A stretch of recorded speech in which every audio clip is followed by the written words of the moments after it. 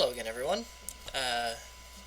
So for today's deck profile, I thought I'd take a look at Mirko, who is the number 5 pro hero, but number 1 in the hearts of many. She can be found in the Plus Ultra kits for Jetburn, and I managed to pull one in last week's tournament. And I thought I'd give her a good look, because a lot of people have been talking about Mirko and kind of what she can do, and she has a really fun game plan that I think is, well, not awful, not... It definitely depends on how you want to play her. And while looking over some of the cards she can use, I came across a really fun trick that I wanted to share with you guys. So, without further ado, let's get into it. Mirko is a 6 hand size, 27 health character with the Chaos, Death, and Fire symbols, as you can see. And she has 2 enhances, the first of which is if your Fury or Kick attack is the only attack in your card pool, it gets 1 speed and 2 damage. Pretty standard. 1 speed, 2 damage is pretty good. And then once per turn, this is what I really love about her. You flip 1 card in your card pool and choose a player. The next check that player makes to play a card gets +2 or -2. Failing it will not end the combat phase. So what's really cool is you can flip attacks in your card pool that you've already played to continuously use her first enhance up here, even though you can only do this once per turn. Excuse me, my allergies are acting up. Or you could flip cards that you've blocked with to give your opponent's check -2. You could flip your cards to give your checks +2 to continue a string, or if you know you're going in for the kill and haven't used this yet, you can give your opponent's check to block -2. So really fun way to kind of mess with your opponent while trying to put speed and damage on all of your attacks. And obviously Fury and Kick, you're a little keyword gated, but she does have Death and Fire, and those have a lot of Furies. So let's get into the attack lineup I've got here. So of course I've got 4 Stun Grenade. This is pretty self-explanatory.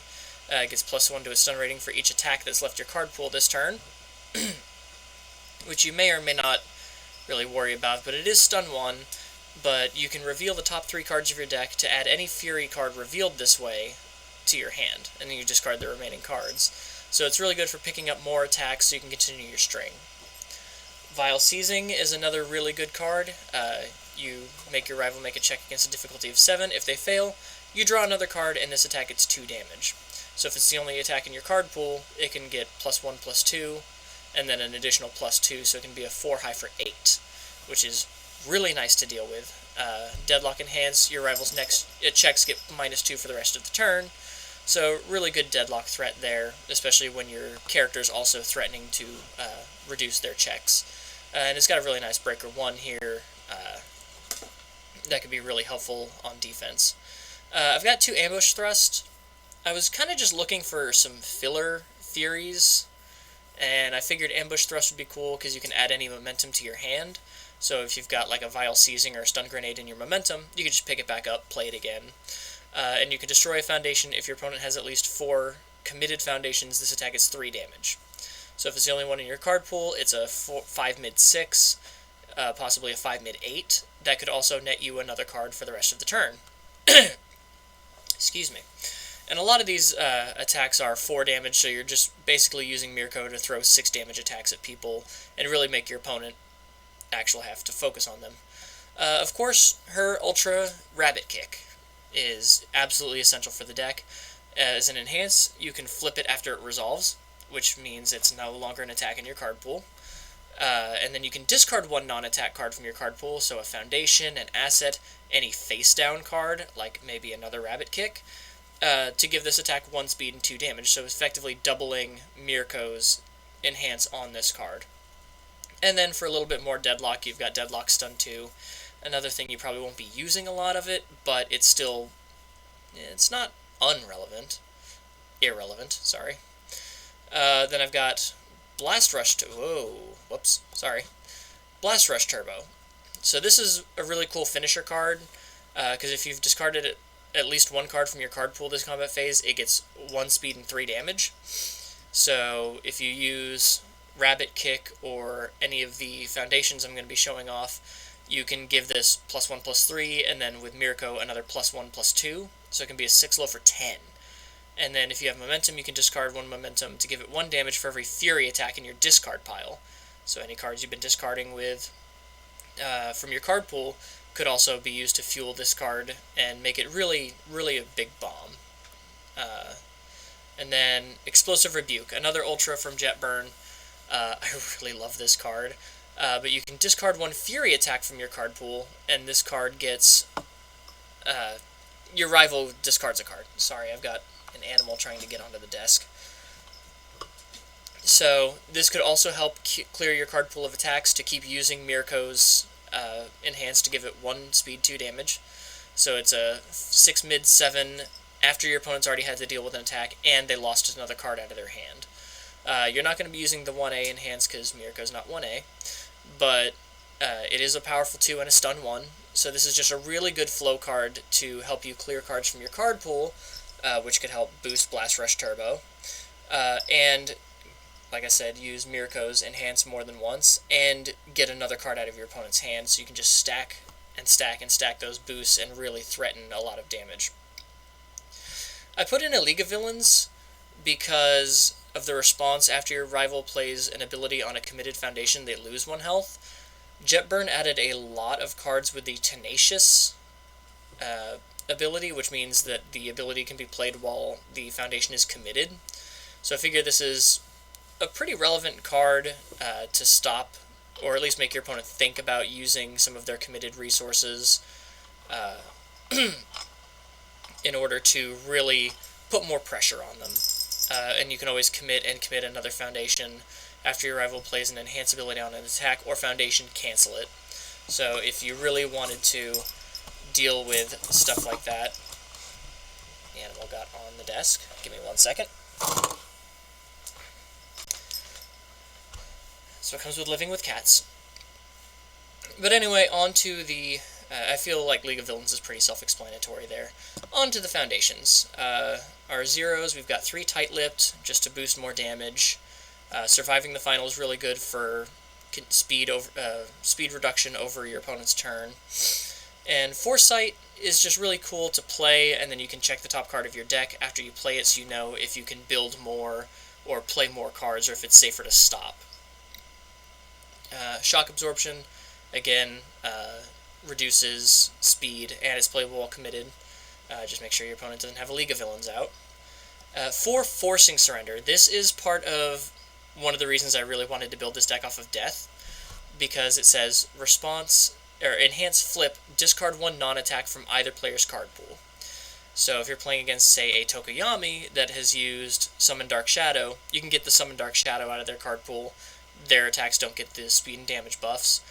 Or, for yours, if you've flipped a card, like with Rabbit Kick or Mirko, you can discard that card. So you don't have to worry about the progressive difficulty anymore.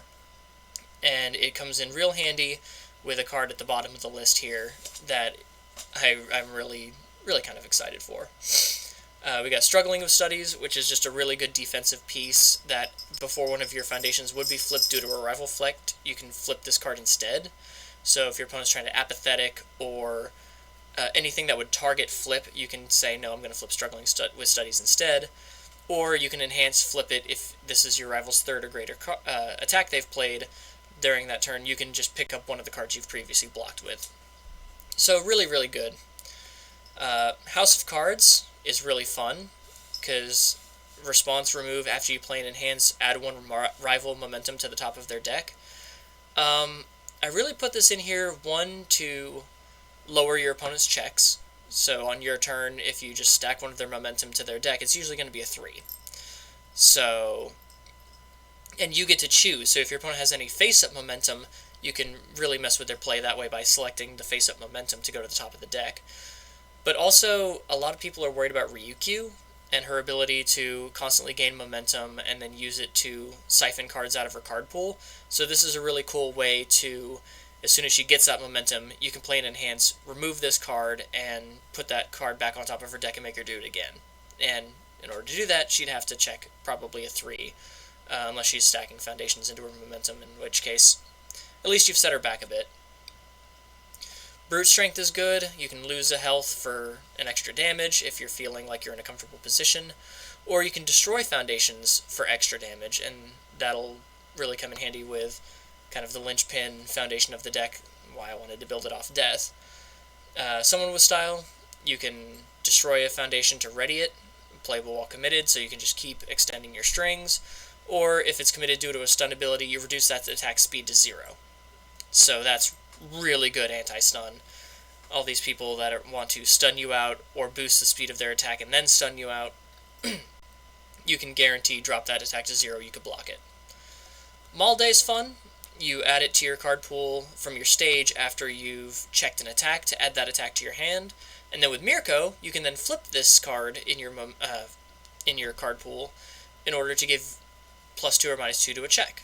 So it kind of helps, even though you're going to lose a foundation, you can then flip it to get +2 to your next check to play an attack if you've checked an attack, virtually setting you back to, 0 on your progressive difficulty.